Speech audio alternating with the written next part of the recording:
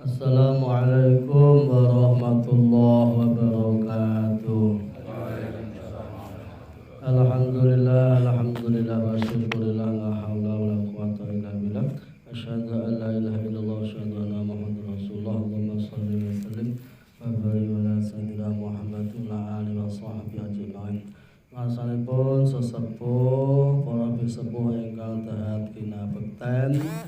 Masanipun Pak Ketua RT 07 Tawarsari ingkang kita hormati. Para rawuh Bapak Ibu ingkang minulya, hadirin hadirat rahimakumullah. Alhamdulillah dalem menika saged kempak serangan ing papan menika wonten teng Pak Supiya kanthi wilujeng tebih ing sambi kala.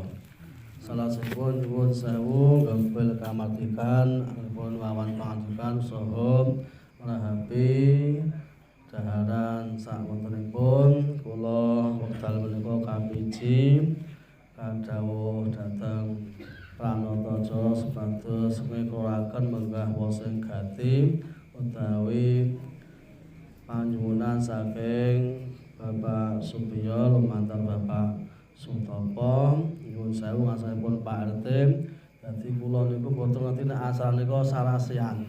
Kula ditelepon, Pak monggo bengi saged ora ndongani nang nggone adikku.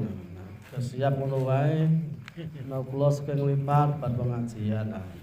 Lah kok tentu kathah tiyang tak kira wonten napa nang dadi informasi saking desa mangke sanes wekdal kula tak sowan malih ten daleme sapa esuk.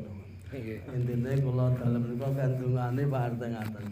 Ngaten iklaripun menggah panjenengan Bapak Supiya sepisan ngaturaken syukur dene awet kula semanten nandhang keras sampun sehat walafiat pramila tandha syukur menika dalem menika ngeras-ngeros ngunduh sarasian RT 7 ugi ngedalaken sedekah menika mawani-wani nek basane Jawa paweweh niku sami namung tiyang Jawa niku sugih ukara sedekah niku wonten mawani-wani wonten nasibok niku ya sedekah wonten senek niku sedekah wonten among-among ambang gudangan niku sedekah ingkung niku sedekah kentaki sing teng jero kothak niku nggih sedekah niku saking pintere tiyang Jawi basa sedekah iso dadi werna-werna